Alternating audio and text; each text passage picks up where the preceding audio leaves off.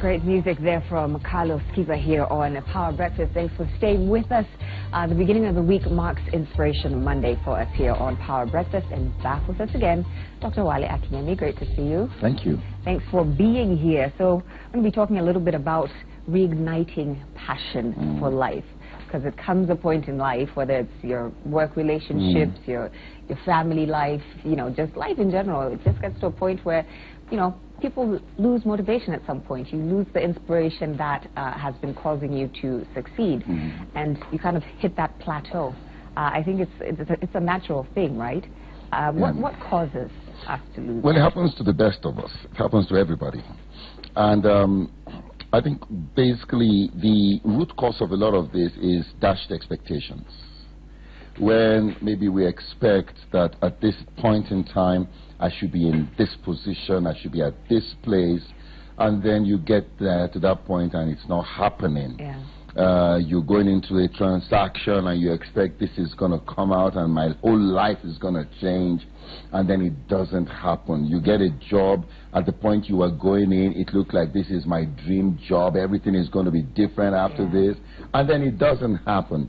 So dashed expectations, you know, is very, very, it's at the root of a lot of people losing passion. And unfortunately, and this is the sad part, we don't learn how to put things in compartments.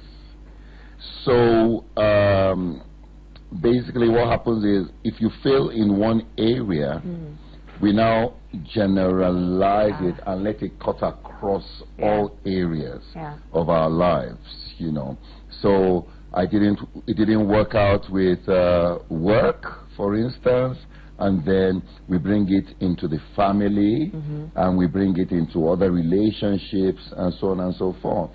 So that's, I think, one of the key issues. And having said that, I think one of the keys to maintaining passion is when we learn how to put things in compartments. And you know, I learned something many years ago. When you have when you're doing a math equation, 2x plus 5 equals 20. Now the problem is x. So how do you solve for x? The first thing is to isolate x. So 2x equals 20 minus 5. X equals 20 minus 5 over 2. All right? So you cannot solve for x if you do not isolate x. X is the problem. And similarly, in life, we cannot solve it if we don't isolate it. Right. We need to isolate that problem, define that problem very well. Don't get into a pity party. Ask yourself, what did I do? What will I do different?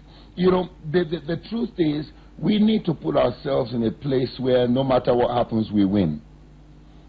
No matter what happens, I win. Either I get what I expected, or I learn something valuable that will help me for the rest of my life. Right. Yeah. So either way, we win. Oh, yes. So I like what you said about, you know, just because you're failing in one aspect of your life doesn't mean that you should carry the problem across.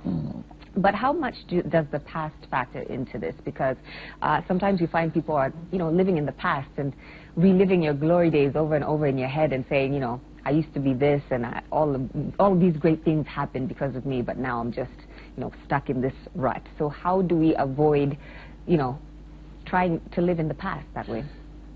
There must be a mentality that my future is greater than my past. And once we have that mentality, we'll not be carried away by the success of yesterday. Because think of it, if every time you meet someone, you have to introduce yourself as, I am the former. I am the... I mean, that means you're not doing anything significant in the present. You know, and so we've all been there. You know, and I looked at a stage in my life, I realized that most of what I was talking about was in my past. And I said, wait a minute, that is a big statement. That means I am not doing much in my present. And so I decided, you know what, let's step out and do greater things. You know, so anybody who is living in the past now, I want to tell them that your future can be greater than your past. And you just got to apply yourself to it. And when I was talking about the isolating the problem, you know, earlier on. Another thought that came to me is the fact that when we isolate it, you see, for instance, when I have a problem at work and that has really stolen my passion. Now, when I learn how to isolate that and I don't now take that grievance to my family, I take it to my friends, take it to other things, then guess what happens? When I isolate it, then I can have my passion reignited from some of those other compartments. You know? So when things didn't go well with me at work, oh my goodness, my family was everything. You know? So you feed off of that energy. Feed off of that as you are rebuilding yourself. But if you have now generalized, you got nothing to feed off. Yes. No positivity coming in. No positivity, and then you're in a very bad place. Yeah. Also, maybe in relation to that, you can also talk about the importance of surrounding yourself with positive people, people who are supportive, people who still believe in your greatness, so to speak. Because once we're in that funk, there's you know, a tendency for us to isolate ourselves. True. And say, I'm going through something, I don't really want anyone to talk to me, let me just deal with this on my own. Which is the way I like to deal with things. I am you know, my work puts me out there and makes me look like an extrovert, but in reality, I enjoy my own company. And so when I'm happy, very, very happy, I lock myself somewhere, I write songs, I write books, I write stuff. That's what makes me happier. And the same thing when I'm going through stuff that wants to steal my passion, I do the same thing. And what I realized is this, that before you think of surrounding yourself, build yourself to the point where the kind of people you want will be drawn towards you. Wow. Nobody is going to be attracted to somebody who is always having a pity party. Nobody is going to be attracted to somebody who's always down, sympathizing and looking for sympathy and all that. In actual fact, it puts people off. Yeah. So the first thing is to have a serious meeting with yourself. You need to lock yourself somewhere. And I did that. I looked in the mirror. I didn't recognize the person I was seeing anymore. And I said, where's Wale? You know? So I had to begin to build certain things. Number one, I said, Wale, if you continue like this, then even the things that are dear to you now, you will lose. Because if you continue like this, your wife won't be able to stand you for much longer. Yeah. Your children will avoid you. You know, I just painted the bigger picture and I realized, oh my God, that's true. So you need to first build it from within. You know, build yourself from within, and then through the law of attraction, you will now attract positive energy. You will attract people who will now help you get to the next phase, not by you going to look for them, but by you building yourself or branding yourself for that. Yeah. Yeah. There can also be the aspect of when you're, you know, when you've lost your passion of feeling like someone needs to come rescue me, when really no one is coming. This is an internal, you know, thing that's happening. Maybe you can talk about that. Because do you know, you can be in the midst of so many people and still be lonely. All right? And so one of the key things is the ability to enjoy your own company. A lot of people don't enjoy their own company, you know. And think of it. If you don't enjoy your own company, why should anybody enjoy your company? Right. All right? So it is so crucial that we, and that's why identify the things that give you a high. Okay? For me, like I said, writing gives me a high. Playing the piano gives me a high. All right? So when I'm going through things like that, oh my God, I just hit my piano. That's when I write songs, I write books, I write all sorts of things. I was thinking of it the other day. I've not written a book in a while, you know, and that's not a good sign. That means I'm getting too comfortable. Yeah. You know, that means I'm getting too comfortable. So contrary to what a lot of people would think, when I get too comfortable like that, then I have to induce some discomfort. And what do you mean by that? You know, my creativity comes out when I am going through stuff. But if I'm not going through stuff, then I am likely to be contained. And then my creativity is likely to be just down there. So to induce stuff, that means maybe I embark on a project that is just too big for me. You know, I embark on stuff like that where it now needs to dig deep into the reservoirs of creativity that I don't know are there, because we don't know what we are capable of doing until a demand is made. You know, we don't know. I've always said, people who think Usain Bolt can run, you'll be amazed that you can run faster than him if you are chased by an animal. You know, this is true. So we just need the right environment. And so that is, I think that is very crucial, you know. So find out the things that give you a high. Everybody has their own thing. When I want to really, really think, again, I sit down. Now, some people may think it's weird. I sit down in a dark room and just play Handel's Water Music. And it's just quiet, and I'm there just sitting down. My goodness, and my brain is working. Just coming up with things, and I have a notebook there, you know, and I'm writing thoughts. So people need to get to a place where they enjoy their own company. You know, the truth is, I enjoy my company more than being with any other person. Now, people don't understand that, because when you enjoy your own company, people say you're a snob, people say you are antisocial and things like that, but that's just me. Now, I don't know if that is a weakness of creatives, okay, but that's just the way it works for me. If I have to choose between going out to be with people and being at home, I will be at home. You know, so I've identified what gives me a high. Everybody needs to identify their highs, and they need to invest time in those things. What about for someone who's been in their comfort zone for so long and plateaued for so long, that's just feeling like even just moving out of that, making the first step to get out of that comfort zone, it's just, I've been here too long, I've gotten used to this. I'm so used to mediocrity that mediocrity now feels like the normal thing. Exactly. Where do you go from there? You know, our actions are triggered by information.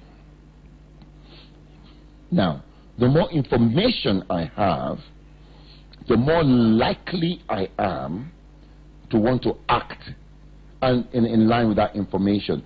This has happened when we were kids. You watch James Bond and suddenly you want to be a spy when you grow up. You watch, you know, you watch Star Trek and then you want to be an astronaut, you know, and things like, of course, now that must be telling you my age when I'm talking about such shows. But you see, that's the way it's been. Information triggers thought, and thought inspires action. So for someone who has plateaued on that level, that is also evidence that their assimilation of new information is on a plateau. So what I would say to such a person, go pick a book.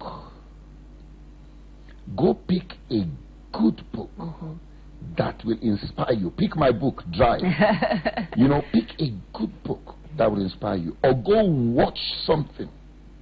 You know, there was a particular Christmas, I Googled the best business movies of all time. And I sat down and watched, and I was taking notes.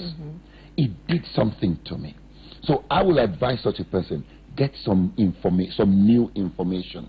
You know, it may not happen the first time, but as you stay with it, something will begin to rise inside you, and you say, you know what, I can do something this way. It's time. It's time for me to do something differently. When we talk about losing passion for life, and there's a blame game that can happen there too, where you feel like I'm to blame for this. You know, at some point I was motivated and I was inspired and I was going after my dreams, but now because of whatever it is that I've done wrong, I am in this place. So how do we avoid that, going forward in even just starting the journey of getting out of your comfort zone, of reigniting your passion, the blame game? How do we kind of jump over that hurdle? I think the blame game is actually healthy. Okay. When because a lot of people, in fact, the fact that you can look at yourself and blame yourself is a sign that you have accepted responsibility. Ah, okay. Because for many people, they will blame everybody. They will blame the society, blame the system, blame their workplace, blame everything but themselves. So if you are in a place where you are blaming yourself, you are actually in a very good place. The important thing is, don't stay there. Don't stay there. Once you have taken responsibility, then the next thing is, what is the next action point? And that's why I said, get some new information. Yeah. Once new information comes in, it will trigger some activity. Right. So it's just another stop on the road in the journey. There's people who advocate for sort of not looking at yourself so much when you're going through things like this, and thinking of people with actual problems, because giving back and doing charitable work, so you're removing the energy from blaming yourself and feeling bad that you've lost your passion, and actually transferring that energy to others. Are you a believer in that? We may give back and it's just a routine. And I've seen a lot of that. It's just a routine. It's just because, okay, that's what people are doing. Okay, that's what, like I talked at the World Conference on CSR some time ago, and I said it's very interesting how we give $1 million, and then we spend $2 million showing the world that we have given $1 million. Well, yeah. It has to come from deep within me. That means before I'm giving back, I must be restored. Before I'm giving back, I must get to a point where, now, maybe giving is that thing that gives you a high. A high in that case, sure. But that you're just transferring that energy. I do believe also, yes, there are ways you can transfer, like I'm going through stuff, so I begin to do these things, but that's like taking a drug. The minute I am no more there and I get home at night, then you now get in the deeper state. And I was there. I was now doing all these things. Then I get home at night and I'm thinking, the world is not fair. Who's going to do that for me? I'm doing this for everybody. Yeah. So the important thing, and I'm a strong advocate of building a personal brand. What do I mean by that? That means I am looking at where I want to be. And this is good advice for anybody who is about to relaunch. Look at where you want to be. Every state has a culture. Every level of existence has a culture. So, if you do not understand the culture of where you want to be, you will remain where you are. You don't get promoted to become a chief executive or whatever, behaving like middle level. No. The culture at the top is a culture of solutions. The culture at the bottom is a culture of complaining. So until you pull yourself out of the culture of complaining, and then you begin to offer solutions, you begin to, and that's what I call branding yourself for where you are going.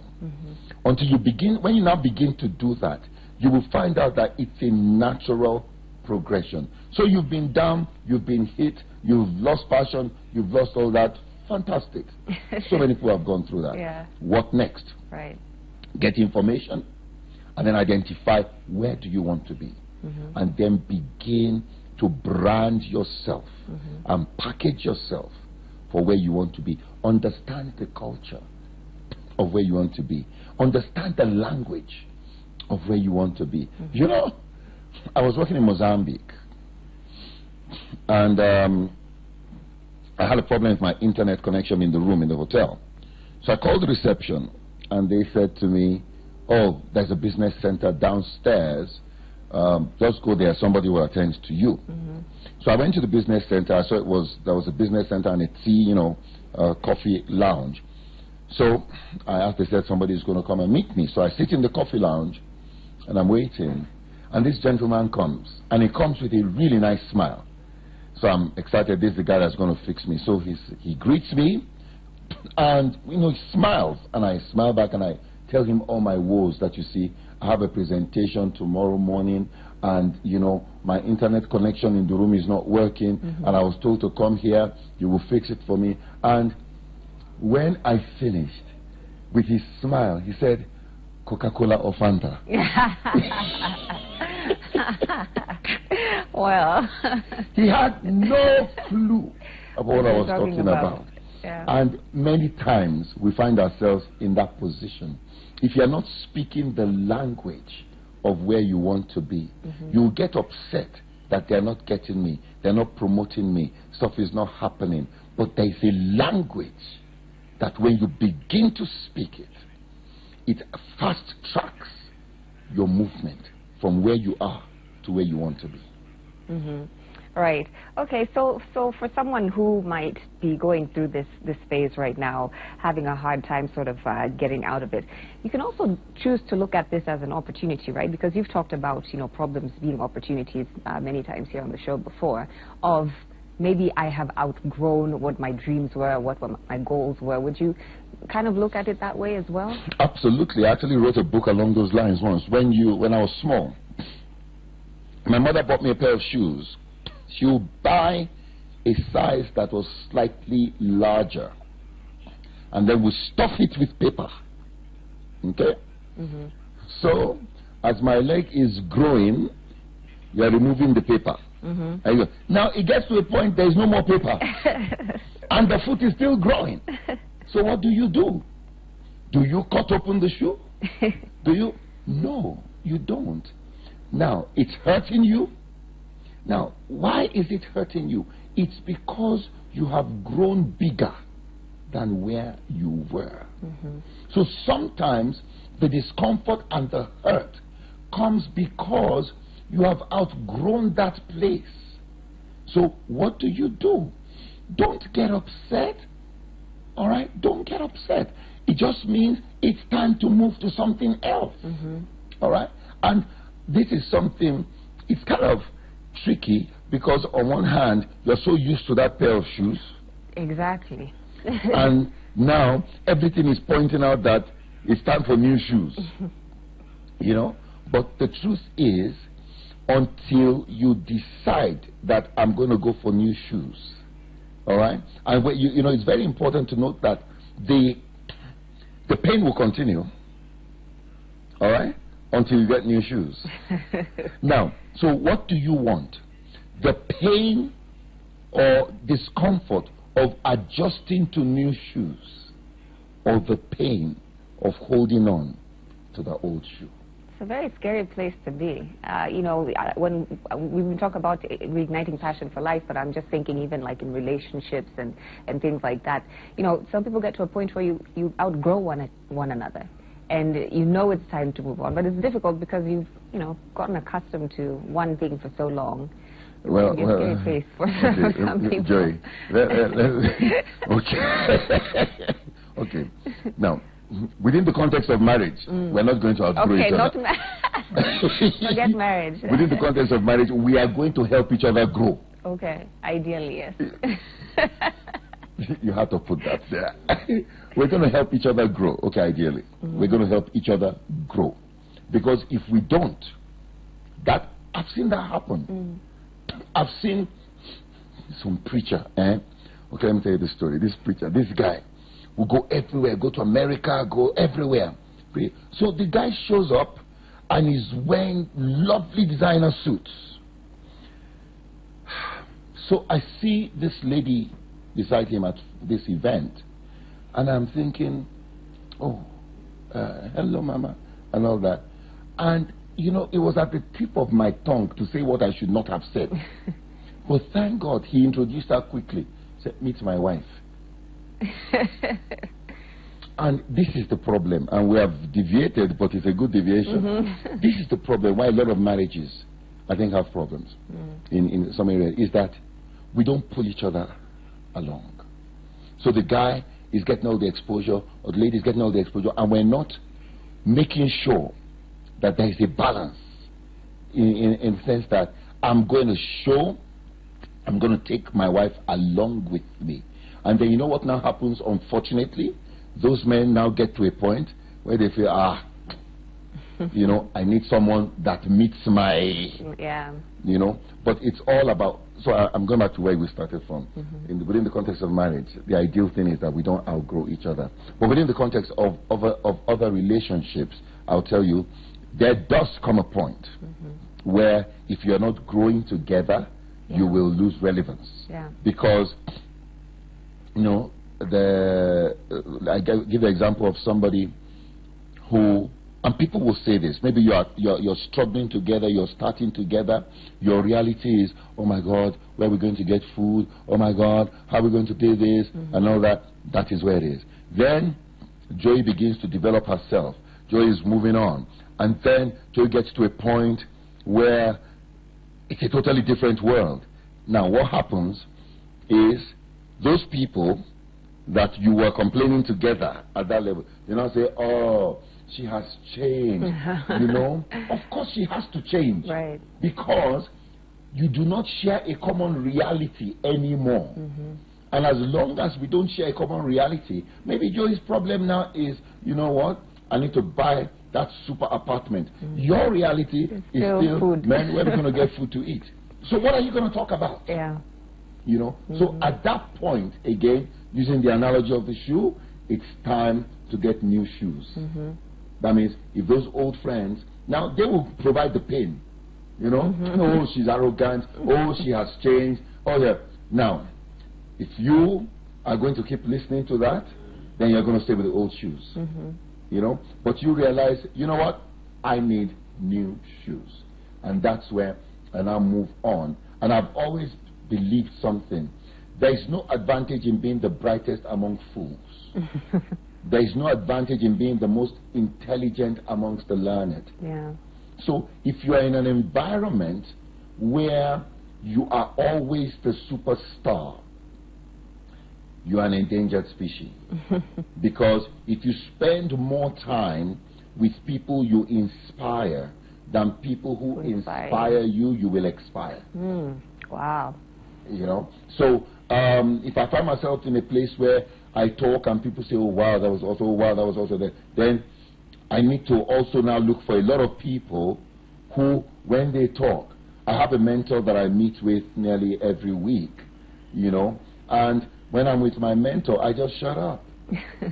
Because and learn something. I am learning so much, and even when I think I have done great stuff, I listen to him and I'm like, oh my God, when am I going to get there? You know, so that's very, very healthy. Yeah, absolutely. Always stay inspired.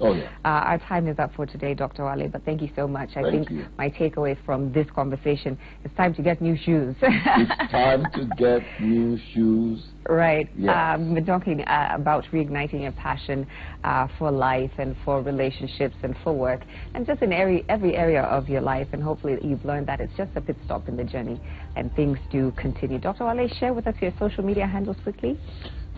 Twitter at Wale Akinyemi, and Facebook it's Wale Akinyemi Resource Page. We have information about our programs. We have a program on personal branding coming up that will help people, and then my website is www.powertalks.biz. All right. Well, thank you so much. Always a pleasure to start off Monday being inspired here on Power Breakfast. We've got much more coming up on the show, but for now, we are going to be crossing over to the Eldoret Marathon launch happening in Eldoret there. So stay tuned here on Power Breakfast as we cross over to the marathon launch. That when people see, they are identified with Eldoret. What is it? What is it that can make people travel to Eldoret from the globe? They know Eldoret. Whenever Kenya pops up, then the next thing that goes into people's mind is Eldoret. But what is it that you can identify Elbert with. We say it as a company. But then we are also thinking of putting up a monument. We are still at the formative stage. Maybe we shall be inviting all of us who are here today to also continue brainstorming until we get it right. What type of monument or statue we are going to do? I've thought about it, and I've got a basis for discussion. But we may be thinking of putting up an athletic statues, and probably that of Kipchoge Keino. The world knows Kipchoge Keino much more than they know Mandela. But that's just an idea. All of us in this county and in this city, we really must think of something we are going to do to identify everything. If you go to town,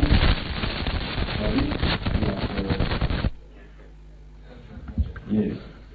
If you go to London,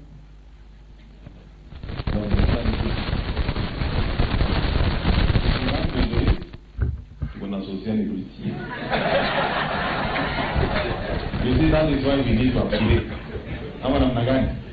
So I want all of us to really think. Now, ndani ya hii mwaka tano, we must do it. Because hatuwezi jua ule atakuja next, atakuja kufikiria kufanya, ama atakusifu. Mimi nimefikiria kufanya. The only problem I have is I don't have the ideas. So you guys, you can help us with ideas. Sisi kama serikali, tuko tayari to implement. The issue of climate change and conservation of environment should actually be each and everyone for us.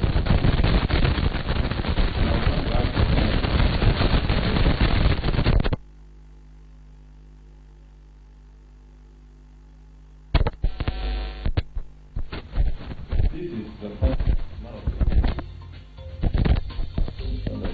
where people will win serious now.